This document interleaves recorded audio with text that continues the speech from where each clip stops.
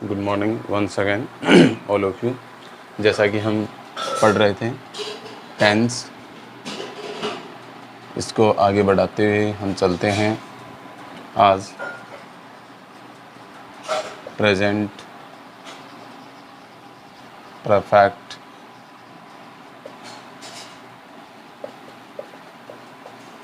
Continuous tense पे। Present perfect continuous tense पे जैसा कि हमें पता है, पूर्व में विदित है कि हमने एक भाग तो पढ़ा था परफेक्ट और दूसरा पढ़ा था कंटिन्यूस। ये दोनों का कंबाइंड रूप हो गया। क्या हो गया?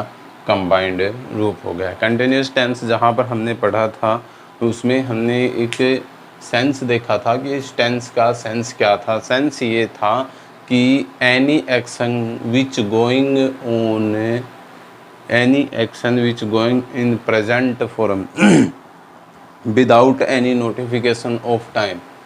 तो कोई भी प्रतिक्रिया जो बिना किसी समय के नोटिफिकेशन के साथ जारी रहे, प्रेजेंट फॉर्म में जारी रहे, वो कंटिन्यूस है, कंटिन्यूस टेंस होगा। लेकिन यहाँ पे अगर हम देखें, इस पे में इस टेंस का भाव देखें या इसका हम सेंस देखें तो क्या होगा? Any action is going on at present. क्या होगा इसका sense? Any action is going on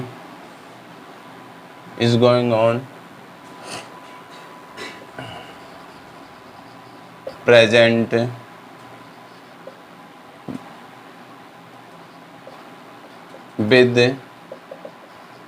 with the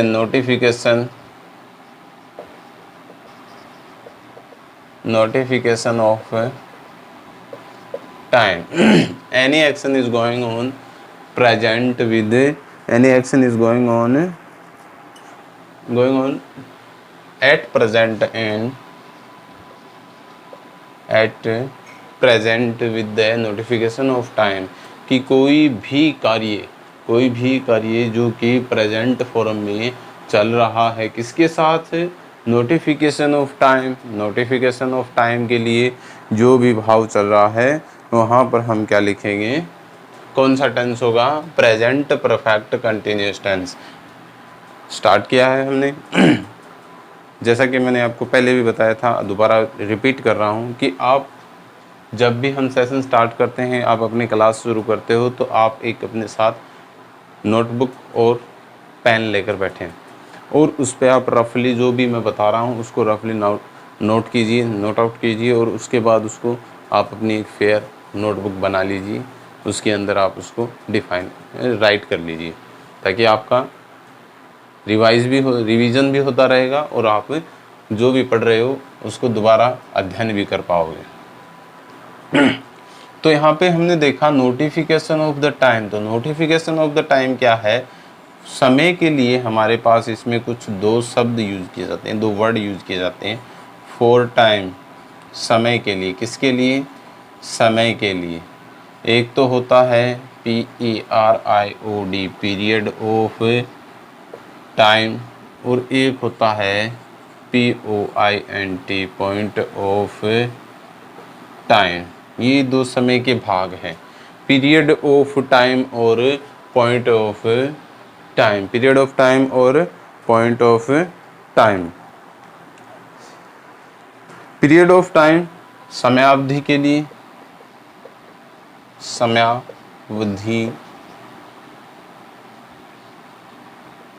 समयावधि के लिए, और पॉइंट ऑफ टाइम समय अंतराल के लिए। समय अंतराल के लिए। किसके लिए? समयावधि के लिए और समय अंतराल के लिए। इन दोनों भागों को, ये टाइम के नोटिफिकेशन है और इन दोनों भागों को इस टेंस में डिफाइन करने के लिए हम दो वर्ड यूज़ करते हैं, सिंस और फॉर। अब आप कहोगे सर सिंस का प्रयोग किसके साथ है और फॉर का प्रयोग किसके साथ है? पहले तो मैं आपको बता देता हूँ कि सिंस और फॉर का उपयोग किसके लिए होता है।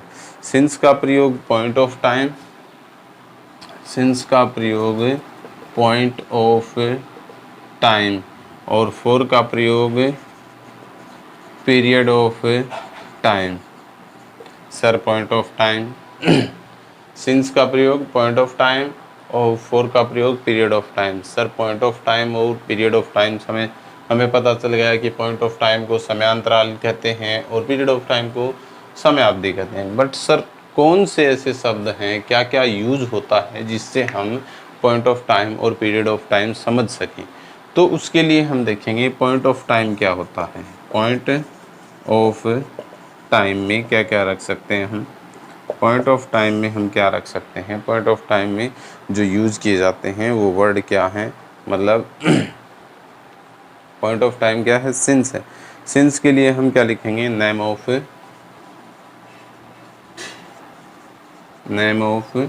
Days, name of months, name of days, name of months. क्या बताया है? नेम ऑफ डेज बताया है, नेम ऑफ मंथ्स बताया है, मॉर्निंग, इवनिंग, आफ्टरनून, यानी सेंस ऑफ डे या दिन का जो भी भाग होता है उस भाग के लिए पार्ट ऑफ डे। जैसे नेम ऑफ डेज लिखा मैंने, name of days, name of months, morning, evening, afternoon, number of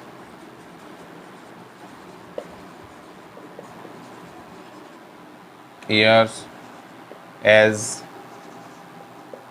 1947, 1987, 2020, 2090, ऐसे क्या बताया है?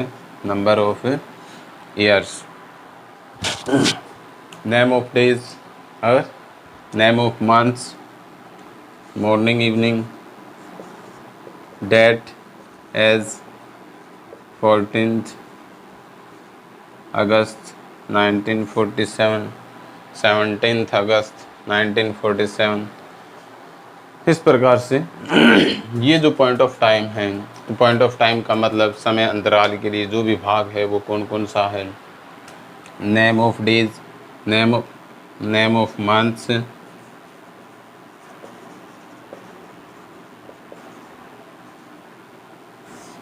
Morning, evening, afternoon, night, midnight, early in the morning. ये सभी कौन से के लिए? पीरियड, पॉइंट ऑफ टाइम किस में आता है? सिंस। इन सभी में किसका प्रयोग होगा? आदि में सिंस का प्रयोग होगा। क्या लिख देंगे? आदि में सिंस का प्रयोग करेंगे। क्या करेंगे? सिंस का प्रयोग करेंगे। पॉइंट ऑफ टाइम और period of time, name of days, name of months, morning, evening, afternoon, number of years, date as 14th अगस्त 1947 आदि में सिंस का प्रयोग करेंगे। ठीक है, तो मैंने आपको बताया था present perfect continuous tense, any action which is going on, any action which is going on at present with the notification of time। तो वो नोटिफिकेशन ऑफ टाइम क्या होगा? नोटिफिकेशन ऑफ टाइम होगा फॉर टाइम, यानी समय के लिए period of time और पॉइंट ऑफ टाइम, समयावधि के लिए या समय अंतराल के लिए दो वर्ड यूज़ किए जाते हैं। उसमें कौन कौन से वर्ड्स यूज़ होते हैं? एक तो सिंस है और दूसरा फोर है। सिंस किसके लिए? पॉइंट ऑफ टाइम के, और फोर किसके लिए है? पीरियड ऑफ टाइम के लिए है। अब आपके मन में एक क्वेश्चन आया, सर पॉइंट ऑफ टाइम और पीरियड ऑफ टाइम को ठीक से समझा दीजिए। तो हमने यहाँ पे देखो पॉइंट ऑफ टाइम को बताया है किस प्रकार से कि पॉइंट ऑफ टाइम किस किस के लिए यूज़ होता है। जैसे पॉइंट ऑफ टाइम के लिए हम सिंस का प्रयोग करते हैं, तो उसमें क्या क्या वर्ड्स आते हैं, कौन कौन से वर्ड हैं, या कैसा समय का भाग है जिसके लिए हम सिंस का प्रयोग करते हैं। तो सिंस का प्रयोग हम करते हैं name of days. Name of days मतलब दिनों के नाम के, जैसे Sunday, Monday, Tuesday, Wednesday, Friday, Saturday, ऐसे। नेम ऑफ मंथ्स, जनवरी, फरवरी, मार्च, अप्रैल, मई, जून, जुलाई, अगस्त, सितंबर, अक्टूबर, नवंबर, दिसंबर, ये सभी नेम ऑफ मंथ्स है, जैसे morning, evening, afternoon, night, midnight, early in the morning, etceteras. Number of years जैसे 1947, 1988, 1996, 2001, 2002। डेट एज डेट जैसे कि 14 अगस्त, 4 दिसंबर, एक्सेट्राज। इसके बाद हम देखेंगे पॉइंट ऑफ टाइम के बाद हमने देखा क्या होगा, period of time, PERIOD, period of time, जिसे हम किससे, FOR से, 4 से सिंबलाइज करते हैं, 4 का प्रयोग करते हैं। आई थिंक आप सभी को दिखाई दे रहा होगा ठीक से। तो इसमें हम सिंस और 4 के प्रयोग को देख रहे हैं। तो 4 में हम क्या लिखेंगे, देखिए उसमें होता है जैसे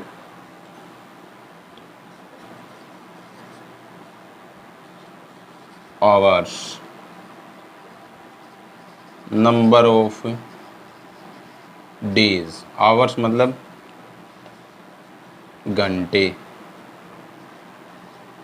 दिनों की संख्या क्या होगी, दिनों की संख्या, ठीक है। यहाँ पे हम नंबर ऑफ ईयर्स की जगह ये लिख सकते हैं year in figures, year in figures, यानी अंकों में जो संख्या हो उसे हम क्या लिख सकते हैं शब्दों में 1947, 1948 ऐसे। और नीचे देखो आवर्स, आवर्स यानी घंटे, जैसे 2 घंटे, 3 घंटे, 4 घंटे, 1 घंटे, 5 घंटे, 10 घंटे ऐसे लिखते हैं ना, वैसे ही घंटे, आवर्स। आवर्स दिनों की संख्या, नंबर ऑफ डेज यानी दिनों की संख्या 2 दिनों से, 3 दिनों से, 4 दिनों से, 5 दिनों से, 6 दिनों से, 15 दिनों से। Number of months, number of months यानी महीनों की संख्या। देखिए क्या होता है, hours, number of day, days, number of months यानी घंटे, दिनों की संख्या, महीनों की संख्या,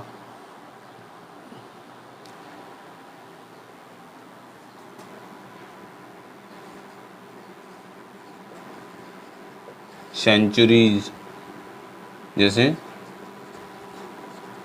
सदियों से, सदी किसे कहते हैं, सदी कहते हैं 100 साल का एक समूह होता है उसे सदी कहते हैं।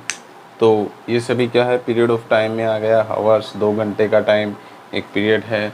नंबर ऑफ डेज इन 2 दिनों से 3 दिनों से, महीनों की संख्या, नंबर ऑफ मंथ्स और सेंचुरीज शताब्दियों से या सदियों से।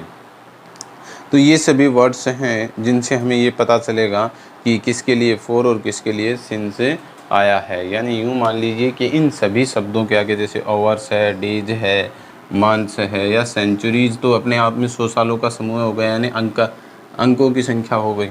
और इन सभी से पहले जहाँ भी जैसे अंक आ जाए 1 2 3 4 n 1 n या 1 जैसे n ओवर तो मतलब 1 घंटा हो गया तो वो 4 के लिए यूज़ होगा। और अगर हम ये देखें कि 1 day, 2 day, 3 day, 4 day, 5 days, 6 days, number of months जैसे 1 month, 2 month, 3 month, 7th, 4th, 5th ऐसे जो भी मंथ्स होंगे उसके लिए। और सेंचुरीज इन 21st सेंचुरीज, 20th सेंचुरी वगैरह वगैरह, इनके लिए हम किसका प्रयोग करेंगे, 4 का प्रयोग करेंगे। तो मेरे ख्याल से मैंने आपको जो बताया है वो आपको समझ में आया होगा। एक बार इसको आप स्क्रीनशॉट ले सकते हैं आराम से। हम आगे बढ़ेंगे, आगे बढ़ते हैं। आगे बढ़ने के साथ ही हम इसके जो बेसिक फॉर्म्स हैं उसके बारे में देखेंगे, क्या क्या फॉर्म्स है, क्या क्या नॉन्स है इसके। तो मैं इसको रिमूव कर रहा हूँ। एक चीज़ मैं पुनः कहूँगा आपसे, आई रिपीट, प्लीज़ आप अपने पास पेपर पेन रखिए, रफली नोट्स बनाइए, ताकि आपको आगे समस्या न हो। अब हम देखेंगे इसकी हिंदी में पहचान। जैसे हमने कंटिन्यूस पढ़ा था, वहाँ पर क्या था? रहा है, रही है, रहे हैं और रहा हूँ, रहा हूँ, एक्सेट्रा है, रहा हूँ। ठीक है, तो देखिए यहाँ पे क्या था हिंदी में। अगर हमने यहाँ पे क्या देखा कि प्रेजेंट परफेक्ट कंटिन्यूस, मतलब कंटिन्यूस के साथ कुछ और दिया गया है। तो इसका मतलब ये हो गया कि इसमें नोटिफिकेशन ऑफ टाइम दिया है, तो नोटिफिकेशन ऑफ टाइम के लिए हम से का प्रयोग करेंगे। किसका प्रयोग करेंगे? से का प्रयोग करेंगे।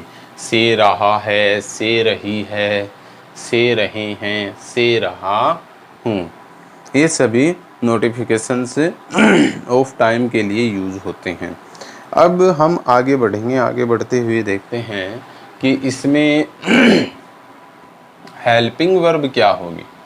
हेल्पिंग वर्ब की पोजीशन होगी इसमें, हेल्पिंग वर्ब में क्या क्या आएगा? हेल्पिंग वर्ब में आएगा हैज़ बीन और दूसरा आएगा हैव बीन। अब ये तो सिंगुलर है, सिंगुलर वर्ब है, तो सिंगुलर वर्ब कौन से नाउन्स के साथ जाएगी? सिंगुलर नाउन्स के साथ। और ये क्या है? Plural verb. कौन सी वर्ब है? Plural verb. तो प्लूरल वर्ब किसके साथ जाएगी? प्लूरल सब्जेक्ट्स के साथ जाएगी। अब इसके बाद क्या आएगा? Main verb. मेन वर्ब में हमें क्या लिखना है? मेन वर्ब में वो ही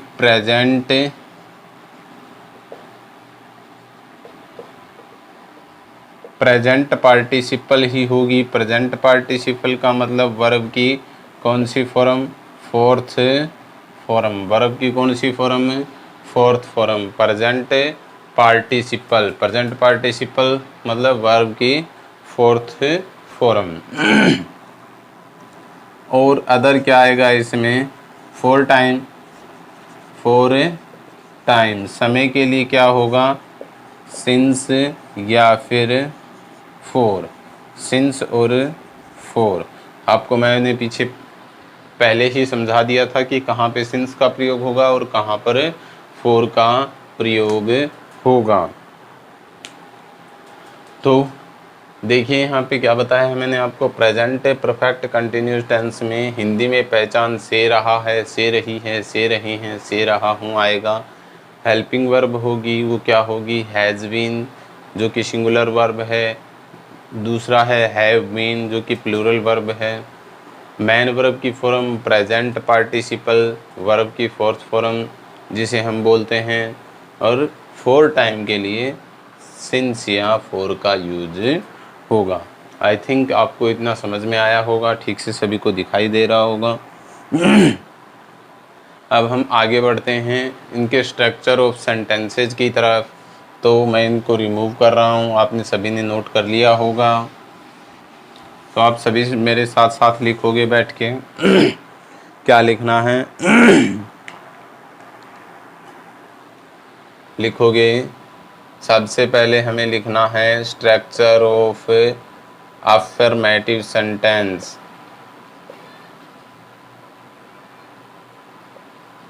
affirmative sentence, structure of affirmative sentence. Structure of affirmative sentence में हमें क्या करना है? स्ट्रक्चर ऑफ अफर्मेटिव सेंटेंस में हम देखेंगे जो अफर्मेटिव का स्ट्रक्चर है उसको फॉलो करेंगे, लेकिन किस टेंस में? प्रेजेंट परफेक्ट कंटिन्यूस टेंस में अफर्मेटिव सेंटेंस का स्ट्रक्चर फॉलो करेंगे। सबसे पहले सब्जेक्ट, फिर हैज़ बीन, हैज या हैव प्लस बीन, यानी हैज या हैव दोनों के साथ बीन आएगा। मैन वर्ब की फोर्थ फॉर्म आएगी, फोर टाइम्स सिंस या मैन वर्ब के बाद ऑब्जेक्ट आएगा, फिर सिंस या फोर आएगा, यानी उससे पहले अगर कोई भी अदर सेंटेंस हो तो अदर आकर उसके बाद सिंस या फोर आएगा। क्या आएगा? सिंस या फोर। सबसे पहले क्या आएगा? अपना सब्जेक्ट आएगा, फिर has been, have been, main verb की फोर्थ फॉर्म ऑब्जेक्ट। ऑब्जेक्ट हमेशा ये ध्यान रखना आपको, मैन वर्ब के तुरंत बाद आने वाला वर्ड है वो ऑब्जेक्ट हो सकता है। इन केस ऑफ यदि सेंटेंस में ऑब्जेक्ट दिया गया है तो, यदि सेंटेंस में ऑब्जेक्ट दिया गया है तो मैन वर्ब के तुरंत बाद मिलेगा। अगर डबल ऑब्जेक्ट है तो मैन वर्ब के तुरंत बाद और उसके बाद नेक्स्ट वर्ड है वो डबल ऑब्जेक्ट होगा। अगर डबल ऑब्जेक्ट दिया गया है तो वो हम सिंगल ऑब्जेक्ट और डबल ऑब्जेक्ट सेंटेंस है वो पैसिव बनाते समय देखेंगे, क्योंकि उसमें हमारे काम आता है सिंगल ऑब्जेक्ट और डबल ऑब्जेक्ट वाले। तो हम देखेंगे सब्जेक्ट हैज़ या have plus been, main verb की fourth form object, other sentence, उसके बाद लास्ट में सिंस या फोर, सिंस या फोर का यूज होगा। तो हम एक सेंटेंस बनाएंगे। सेंटेंस क्या है? She has been, she has been, देखिए सब्जेक्ट सिंगुलर है तो वर्ब भी कौन सी आई है? सिंगुलर आई है। She has been cooking food, she has been cooking food for 2 hours, वह 2 घंटे से खाना बना रही है। वह 2 घंटे से खाना बना रही है। They have been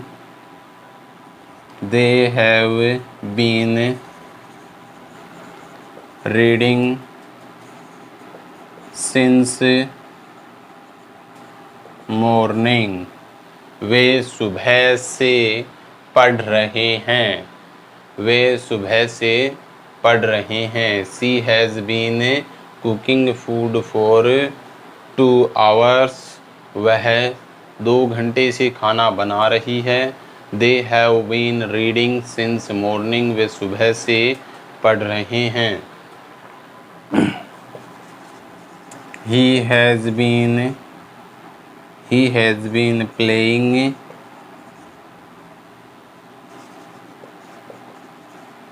cricket, he has been playing cricket for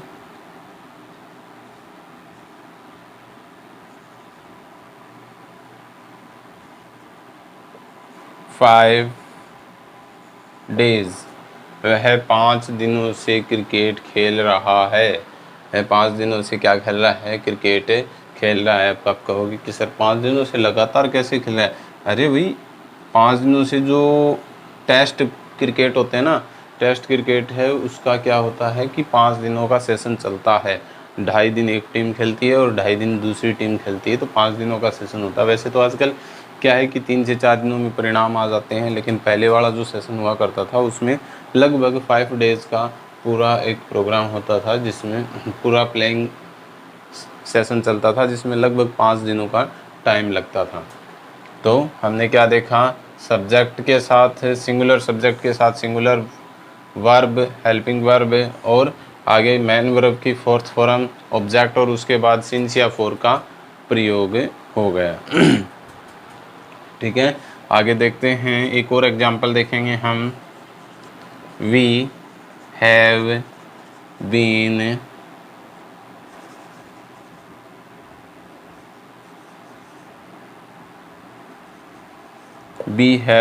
studying, we have been studying since evening, हम शाम से पढ़ रहे हैं। we have been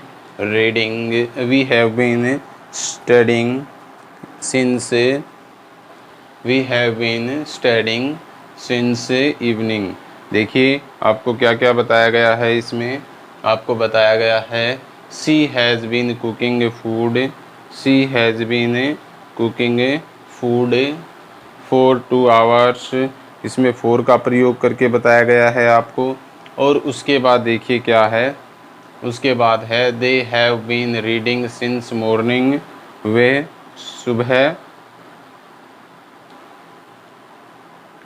सुबह से पढ़ रहे हैं, तो इसमें सिंस का प्रयोग करके बताया गया है।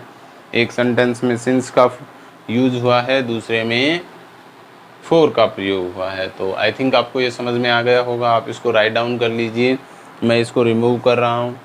ठीक है, आगे बढ़ते हैं। आगे कौन सा सेंटेंस आएगा भाई, बताओ सभी। आगे आएगा negative sentence, structure of negative sentence. Very good, आगे देखेंगे नेगेटिव सेंटेंस। नेगेटिव सेंटेंस का स्ट्रक्चर हम पूर्व में फॉलो कर चुके हैं, पहले से ही पता है। लेकिन प्रेजेंट परफेक्ट कंटिन्यूस टेंस में क्या होगा सर, तो वो हम देखेंगे। सबसे पहले सब्जेक्ट, फिर हैज़ या हैव, फिर नोट, और उसके बाद बीन आएगा। क्या आएगा, सबसे पहले सब्जेक्ट, हैज़ या हैव, दोनों में से एक, यानी ये एक फॉर्म हो जाती है इसकी, दोनों में से एक आता है। और फिर नोट, क्या बताया था आपको, नोट हमेशा थर्ड पोजीशन पे लगता है। कहाँ लगता है नोट, नोट हमेशा थर्ड पोजीशन पे लगता है। तो subject plus has have plus not plus been, फिर आएगा मेन वर्ब की fourth form object, other sentence, फिर सिंस या फोर, सिंस या फोर। तो हम देखेंगे स्ट्रक्चर हमने किया है, सब्जेक्ट है, हैज़ हैव है, थर्ड पोजीशन पे नोट है, फिर बीन आया है, मेन वर्ब की फोर्थ फॉर्म आई है, या जिसे हम पास्ट प्रेजेंट पार्टिसिपल बोलते हैं, ऑब्जेक्ट, अदर, सिंस या फोर। तो हम सबसे पहले देखेंगे सब्जेक्ट क्या है, he has not been, he has not been speaking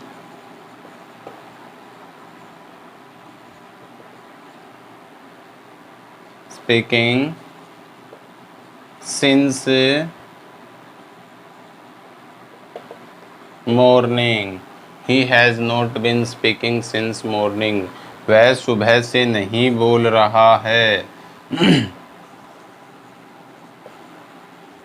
she has not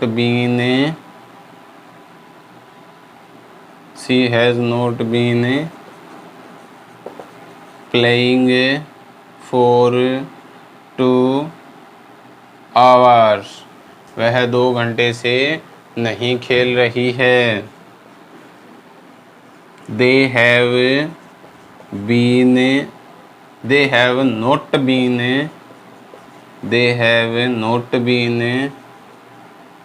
eating food since afternoon, वे दोपहर से नहीं खा रहे हैं।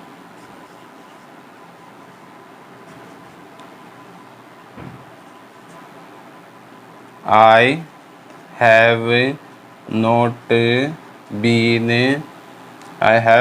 been reading for 3 days, मैं 3 दिनों से नहीं पढ़ रहा हूँ। देखिए प्रत्येक सेंटेंस में स्ट्रक्चर फॉलो हो रहा है कि नहीं। सब्जेक्ट है सभी में, ठीक है।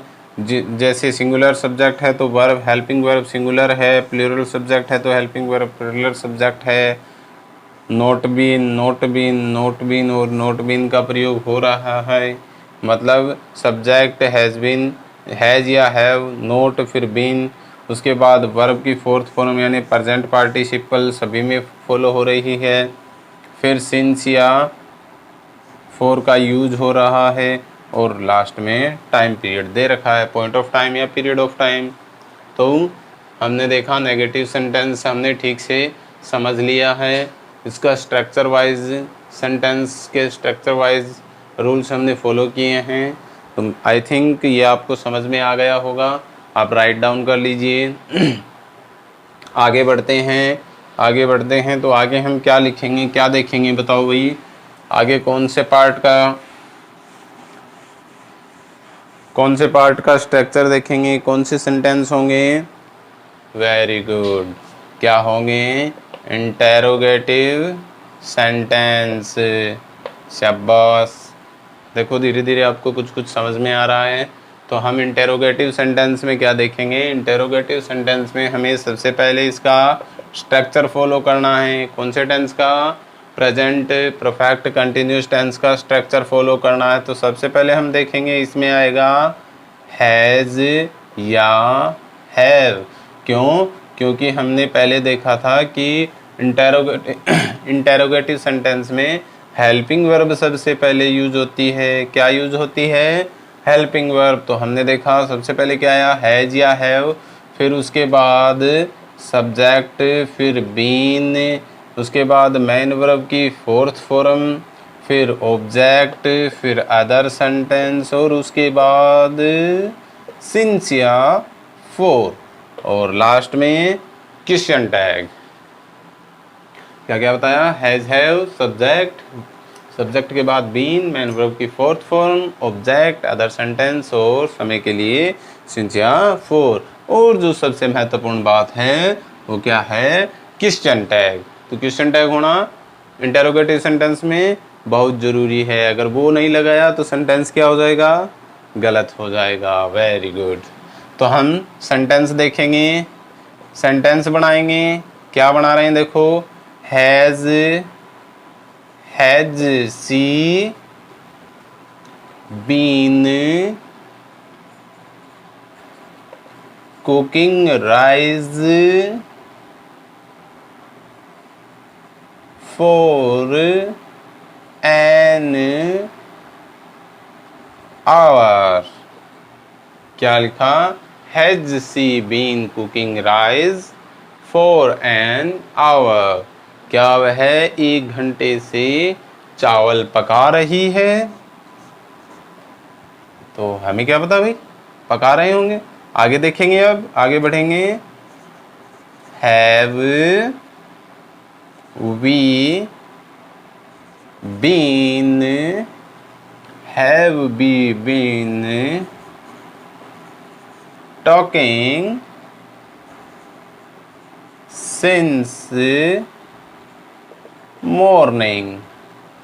क्या हम सुबह से बातें कर रहे हैं, हो सकता है। नेक्स्ट देखेंगे, हैज रोहन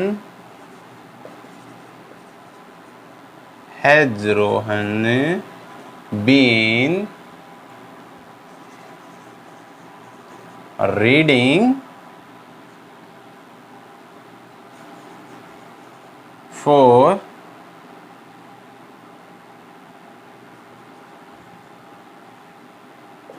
3 hours। क्या रोहन 3 घंटे से पढ़ रहा है।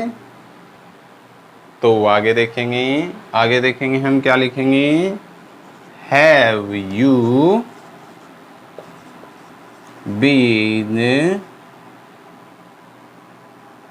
have you been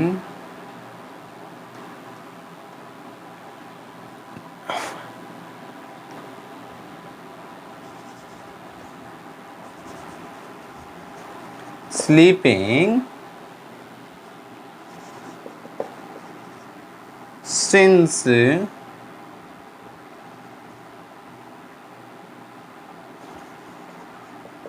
evening। क्या तुम शाम से सो रहे हो। तो ये 4 सेंटेंसेस मैंने आपको बताए हैं। इंटेरोगेटिव सेंटेंस की स्ट्रक्चर वाइज सेंटेंस फॉलो किए हैं। आई थिंक आपको समझ में आया होगा। Structure wise follow sentence structure wise follow किया है। तो देखिए क्या क्या आया है। इंटेरोगेटिव सेंटेंस में has have subject been main verb की फोर्थ फॉर्म ऑब्जेक्ट, अदर, और उसके बाद सिंस और फॉर। तो इसमें देखिए पूरा सेंटेंस है वो स्ट्रक्चर वाइज फॉलो हो रहा है। सबसे पहले हैज है, फिर सब्जेक्ट है, फिर बीन है, फिर cooking, rise for an our, यानी कि मैन वर्ब की फोर्थ फॉर्म, ऑब्जेक्ट, सिंस या फॉर, और पॉइंट ऑफ टाइम या पीरियड ऑफ टाइम का सेंस। आई थिंक आपको समझ में आया होगा, आपके लिए इतना काफ़ी होगा। नेक्स्ट सेंटेंस की ओर बढ़ेंगे। नेक्स्ट सेंटेंस का कौन सा स्ट्रक्चर फॉलो करना है बताओगे भाई? शाबाश, क्या करना है? Interrogative negative sentence. Very good, मतलब आपको कुछ कुछ समझ में आ रहा है। इंटेरोगेटिव नेगेटिव सेंटेंस समझ में आ रहा है। चलो अब देखते हैं। इंटेरोगेटिव नेगेटिव सेंटेंस का हमने स्ट्रक्चर फॉलो पूर्व में किया है, लेकिन अब हम present perfect tense continuous tense के लिए देखेंगे।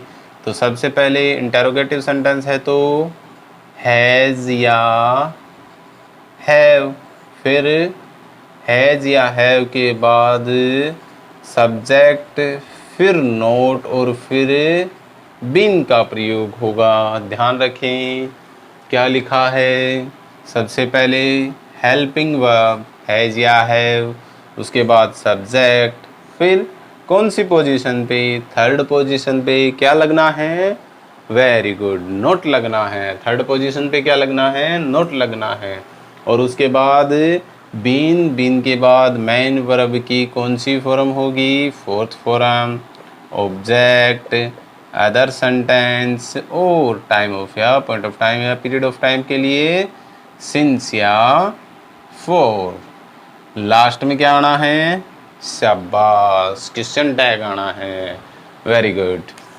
तो हम स्ट्रक्चर फॉलो करेंगे। स्ट्रक्चर फॉलो करने के साथ साथ हम क्या देखेंगे?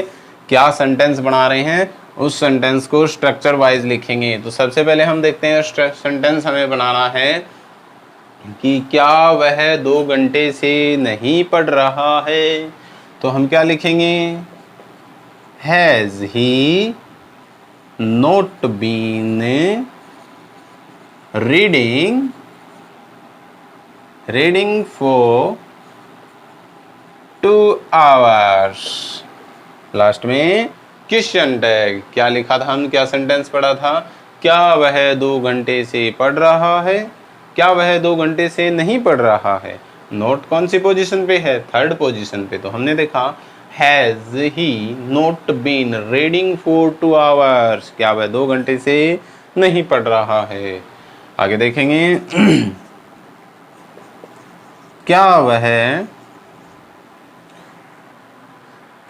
क्या वह सुबह से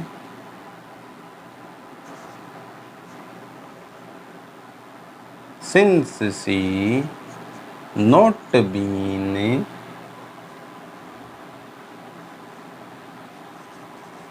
walking since morning।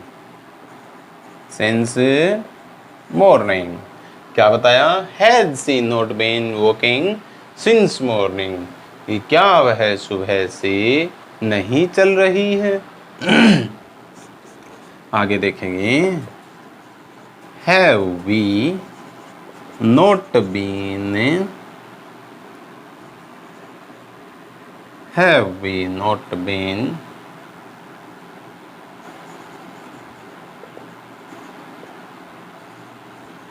taking rest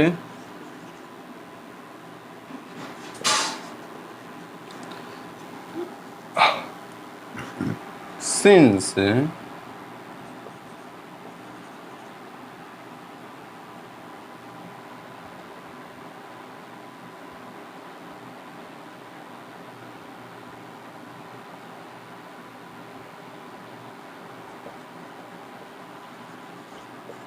January। क्या लिखा है? Have we not been taking rest since January। क्या हम जनवरी से आराम नहीं कर रहे? तो हमें क्या पता भाई, शायद कर रहे होंगे। आगे देखेंगे। Have you not been have you not been sitting, have you not been sitting for 2 hours, क्या तुम 2 घंटे से नहीं बैठ रहे हो, क्या तुम 2 घंटे से नहीं बैठ रहे हो। 2 घंटे हो गए तुम नहीं बैठ रहे हो। तो यहाँ पे हमारा इंटेरोगेटिव नेगेटिव सेंटेंस का स्ट्रक्चर वाइज सेंटेंसेस फॉलो हुआ है। तो आई थिंक हमें बिल्कुल ठीक से समझ में आया है। हम आगे बढ़ते हैं कौन से सेंटेंस की तरफ। सेंटेंस के 2 स्ट्रक्चर बकाया रह गए हैं। कौन से रह गए हैं? एक तो WH वर्ड इंटेरोगेटिव सेंटेंस और दूसरा WH word interrogative negative sentence. तो आगे बढ़ते हुए हम देखेंगे सबसे पहले WH word interrogative sentence.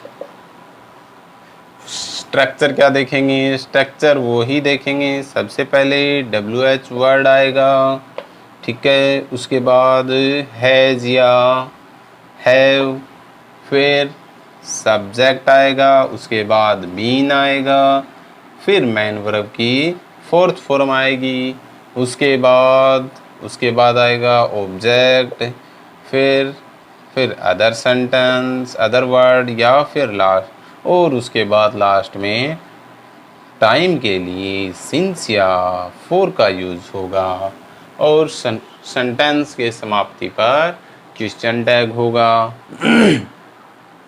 I think समझ में आ रहा है, बिल्कुल से आ रहा है कि नहीं आ रहा? Very good.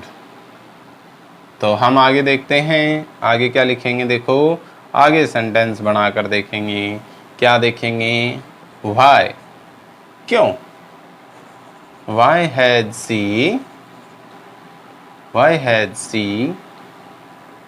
been taking rest since Monday? वह मंडे से आराम क्यों कर रही है, या वह आराम क्यों ले रही है, विश्राम क्यों ले रही है। कहाँ, कब से? मंडे से।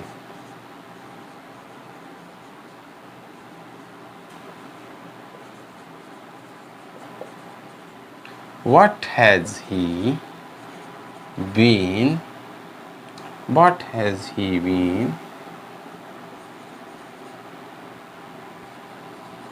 reading for 5 hours? वह 5 घंटे से क्या पढ़ रहा है। आगे देखेंगे। Why has she been taking rest since Monday? कि वह मंडे से यानी सोमवार से क्या वह सोमवार से आराम क्यों कर रहा है। और आगे है What has he been reading for 5 hours? और वह 5 घंटे से क्या पढ़ रहा है। Where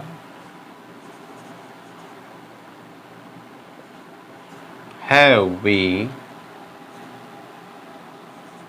been going for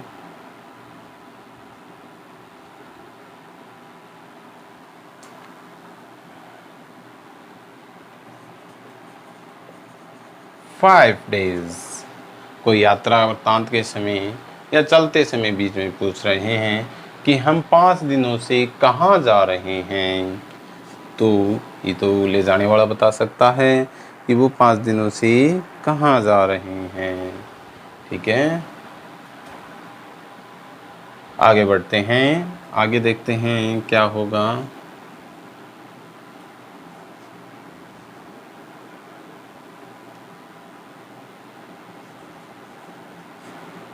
Why have you been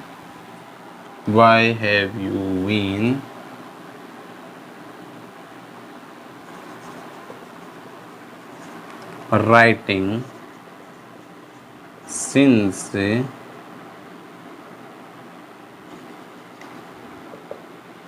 evening, कि तुम शाम से क्यों लिख रही हो।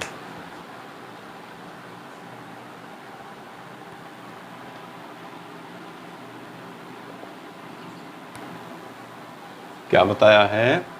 Why have you been writing since evening, कि तुम शाम से क्यों लिख रही हो। तो I think WH word interrogative sentence आपको ठीक से समझ में आया होगा। सेंटेंस को स्ट्रक्चर वाइज फॉलो किया है। मेरे ख्याल से सेंटेंस बिल्कुल से कंप्लीटली आपके माइंड में आया होगा। अब आगे हम इसको रिमूव कर रहे हैं और इस सेंटेंस को या स्ट्रक्चर ऑफ सेंटेंस को थोड़ा सा चेंज करेंगे। और उस चेंज को क्या करेंगे? WH word interrogative negative sentence में बदलेंगे। किस में बदलेंगे? इंटेरोगेटिव नेगेटिव सेंटेंस में चेंज करेंगे। तो WH word interrogative negative sentence में क्या होगा? सबसे पहले वही चीज़ें करेंगे। क्या? सबसे पहले आएगा WH वर्ड, उसके बाद आएगा हेल्पिंग वर्ब हैज़ या हैव, और फिर आएगा कौन सी पोजीशन पे? थर्ड पोजीशन पे क्या आना है? नॉट आना है। और उसके बाद WH word has have not, उसके बाद आएगा सब्जेक्ट। क्या आएगा? सब्जेक्ट। और फिर बीन, फिर मेन वर्ब की फोर्थ फॉर्म, उसके बाद ऑब्जेक्ट, और फिर अदर सेंटेंस लास्ट में सिंस या फोर, और at the end of the sentence question tag, यानी सेंटेंस के बिल्कुल अंत में क्या आएगा? प्रश्नवाचक चिन्ह आएगा। तो हम स्ट्रक्चर वाइज सेंटेंस को लिखते हैं। सबसे पहले क्या लिखेंगे? Why has not he been reading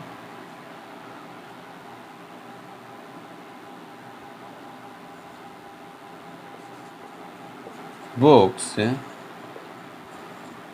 since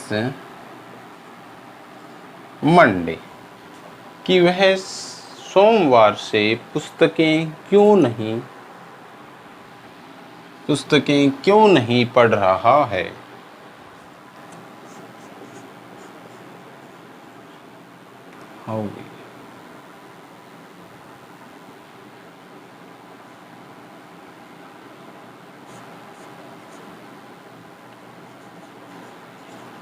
When has not she been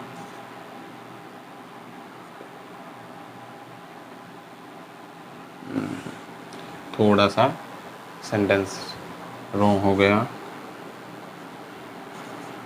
what has not she been cooking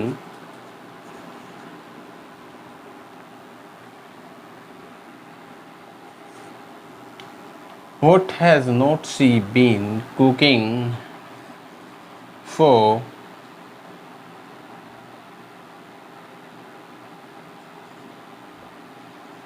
3 days, वह 3 दिनों से क्या नहीं बना रही है। where have not you been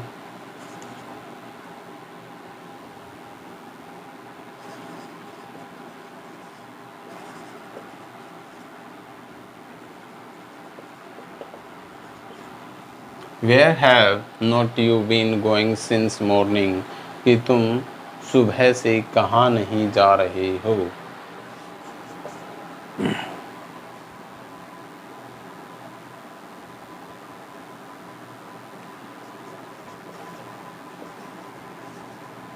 how have I not how have not I been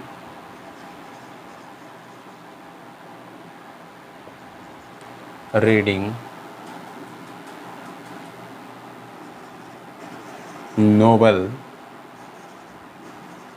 for 2 days। How कि कैसे मैं 2 दिन से नोवेल नहीं पढ़ रहा हूँ। How have not I been reading novel for 2 days। प्यारे बच्चों, हमने आज प्रेजेंट परफेक्ट कंटिन्यूस टेंस बिल्कुल कंप्लीटली पढ़ लिया है। आज हमारा बेसिक स्ट्रक्चर के माध्यम से अगर बेसिक स्ट्रक्चर देखें तो प्रेजेंट टेंस बिल्कुल से बेसिक स्ट्रक्चर कंप्लीट हो गया है। नेक्स्ट वीडियो में हम प्रेजेंट टेंस के ऑल टाइप्स ऑफ रूल्स देखेंगे। मिसलेनियस रूल्स, इम्पोर्टेंट रूल्स बोलते हैं या फिर गोल्डन रूल्स जिनको बोलते हैं, वो सभी क्लियर करेंगे। उसके बाद मैं आपका एक छोटा सा प्रेजेंट टेंस से रिलेटेड टेस्ट रखूँगा, टेस्ट सीरीज रखूँगा, जिसमें आपको आंसर मिलाकर देखना है। मैं यहाँ पर क्वेश्चन लिखूँगा, उसका आंसर मैं भी दूँगा, लेकिन उससे पहले आपको थोड़ा सा टाइम दिया जाएगा और आप उसमें अपने आंसर कितने राइट करते हो वो मिलाकर देखोगे। ठीक है, अब के लिए गुड बाय, अलविदा, थैंक्स ऑल ऑफ यू।